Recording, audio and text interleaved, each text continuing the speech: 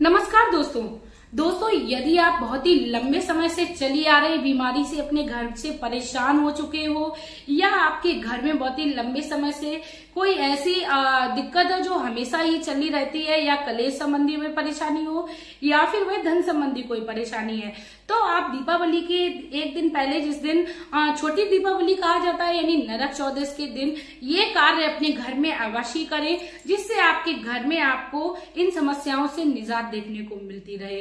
दोस्तों वीडियो जो है वो बहुत ही ज्यादा महत्वपूर्ण होने वाली है, क्योंकि इस वीडियो में मैं आप लोगों को कोशिश करूंगी बहुत ही छोटे से छोटे उपाय को साझा करो। यदि आप अपने जीवन में इन उपायों को साझा कर लेते हैं या इन कामों को अपने घर में कर लेते हैं तो आपके घर में जो समस्याएं चल रही हैं उनसे आपको निजात देखने को मिलेगी।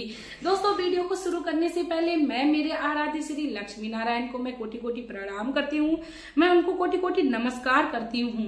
दोस्तों हर कोई अपने जीवन में परेशान है, कहीं बीमारियों से लेकर तो कहीं धन संबंधी समस्या से लेकर या कहीं कोई कलेश से लेकर। दोस्तों आज की वीडियो बहुत ही ज्यादा महत्वपूर्ण होने वाली है और नरक चौदस से संबंधित है, तो आप लोग वीडियो के एंड तक बने रहिए। सबसे पहले तो मैं आप लोगों से एक और रिक्वेस्ट करना चाहूंगी, यदि आप लोग चैनल पर नए हो तो प्लीज आप लोग चैनल को सब्सक्राइब करके वीडियो को लाइक कर दीजिए। कमेंट बॉक्स में जय मां लक्ष्मी का प्यारा सा कमेंट कर दीजिए। माता लक्ष्मी को हर कोई अपने घर में बुलाना चाहता है, लेकिन उनको बुलाने के कुछ ऐसे नियम है जो हर व्यक्ति को अपने जीवन में याद रखने चाहिए। दोस्तों सबसे पहला नियम है, यदि आप अपने घर में माता लक्ष्मी को धन संपदा के साथ बुलाना चाहते हो तो दीपावली से पहले आप अपने घर से जितने भी मकड़ी के जाले हैं सबको हटा दीजिए, अपने घर में साफ सफाई कर लीजिए, अपने घर में कोई भी कोना ऐसा ना छोड़िए जहां पर बरसों से कोई गंदगी पड़ी है और साफ नहीं हुई है। इसके साथ ही दोस्तों मैं आप लोगों से एक और रिक्वेस्ट करना चाहूंगी कि आप अपने घर में पड़े हुए फटे पुराने जूते चप्पल, टूटे फूटे बच्चों के खिलौने या कोई लोहे की पुरानी चीजें जो आपके घर में पड़ी हुई हैं और जिनका कोई उपयोग नहीं है तो तुरंत ही आप उनको अपने घर से हटा दीजिए, क्योंकि ये चीजें जो होती है वो अशुद्धता का प्रतीक होती हैं, वास्तु दोष लगता है। दोस्तों यदि आप अपने जीवन में इन्हीं कार्यों को सही तरीके से कर लेते हैं और अपने घर से समय पर इन चीजों को हटाते रहते हैं या कोई फटे पुराने कपड़े हैं उनको हटाते रहते हैं तो आपके घर में कभी भी वास्तु दोष नहीं लगता है। इसके साथ ही दोस्तों मैं आप लोगों को बता दूं कि दीपावली से पहले आप अपने घर में गंगा जल का छिड़काव अवश्य कर लें।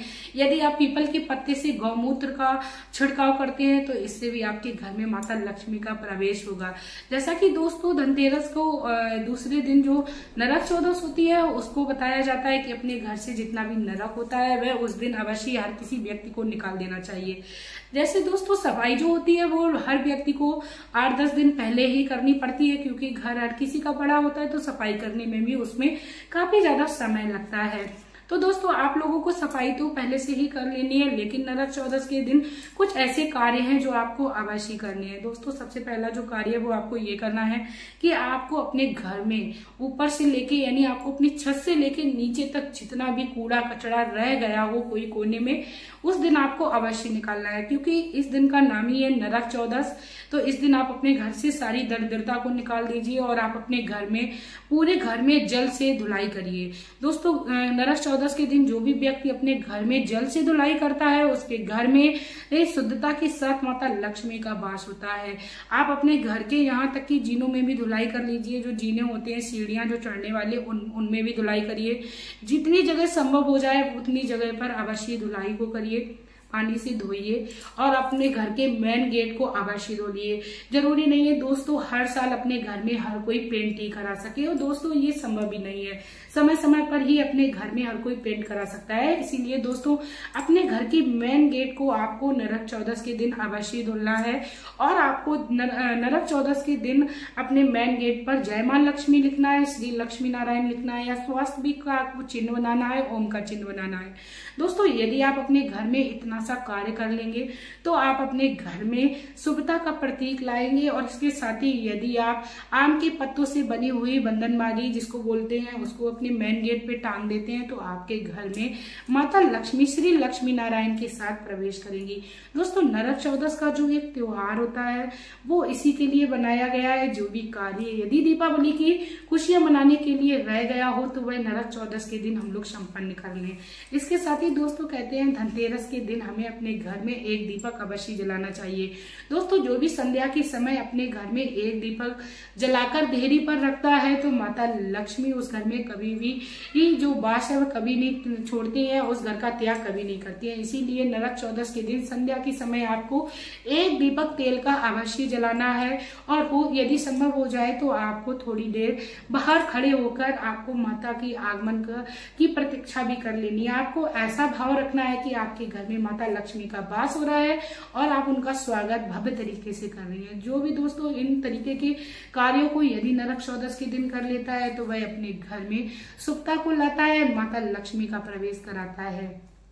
जैसा कि दीपावली का जो त्योहार है वह दीपों का त्योहार है, तो संभव हो जाए तो आप लोग दीपों को दान करिए, मिट्टी के दीपक का दान करिए। इसके साथ ही दोस्तों मैं आप लोगों से कहना चाहूंगी कि धनतेरस के दिन आप अपने घर में मिट्टी के घड़े को या मिट्टी की बनी हुई सुराही को अवश्य लाएं और इसको उत्तर दिशा की ओर रखकर पानी से भरकर रख दें। और इसको यदि 5 दिन तक आप लगातार रखते हैं, धनतेरस, नरक चौदस, दीपावली और गोवर्धन पूजा और भाई दूज, यदि इन 5 दिनों को आप लोग अपने घर में उत्तर दिशा की ओर यदि सुराही को भरकर रखते हैं तो आपके घर में संपन्नता अवश्य आएगी। इसके साथ ही कहा गया है, एक पुरानी कथा है कि बूढ़ी माँ ने 5 दिन तक लगातार एक सुराही को भरकर रखा था तो उनके घर में धन संपत्ति की बहार आई थी। माता लक्ष्मी उनके घर में स्वयं विराजमान हुई थी आकर। दोस्तों कहते हैं उत्तर दिशा जो है वो देवी देवताओं की दिशा बताई गई है, इसीलिए आप अपने घर के उत्तर दिशा में घड़े को भरकर अवश्य रखें। जैसा कि बताया गया है, जल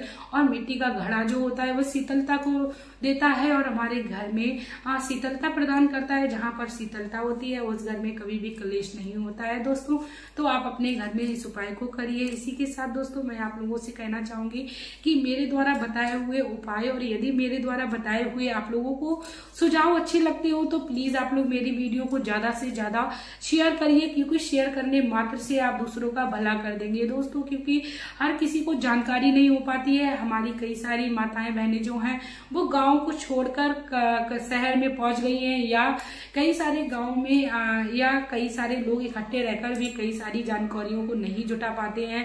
यदि आप लोगों के जरिए उन लोगों तक ये जानकारी पहुंचती है तो आपके ऊपर लक्ष्मी नारायण की कृपा की प्राप्ति होगी। क्योंकि लक्ष्मी नारायण के साथ जब हम जब माता लक्ष्मी को बुलाते हैं तो माता लक्ष्मी उस घर में जरूरी दौड़ी चली आती है। क्योंकि जिस घर में उनकी किसी भी स्त्री के पति को बुलाया जाता है तो वह स्त्री काफी ज्यादा प्रसन्न होती है। ठीक उसी प्रकार यदि हम लोग अपने घर में माता लक्ष्मी के शुभ चरणों के छाप को छुड़वाना चाहते हैं तो आप लोग श्री हरि का ध्यान अवश्य करिए। दीपावली के दिन भी, दीपावली के पहले से ही, जैसे कि धनतेरस स्टार्ट होता है तो आप श्री हरि का भी स्मरण करते रहिए और अपने इस त्योहार को बहुत ही हर्षोल्लास के साथ मनाते रहिए। आप सभी लोगों का जो दीपावली का त्योहार है वो बहुत ही शुभता के साथ आए। माता लक्ष्मी के शुभ चरण कमल आप लोगों के घर में पड़े। मैं भी माता लक्ष्मी से प्रार्थना करती हूँ कि आप हर घर को सुख समृद्धि से भर दीजिए। इसी के साथ दोस्तों अब मैं वीडियो में आप लोगों से लेना चाहूंगी विदा। आपका प्यार और कीमती समय देने के लिए धन्यवाद।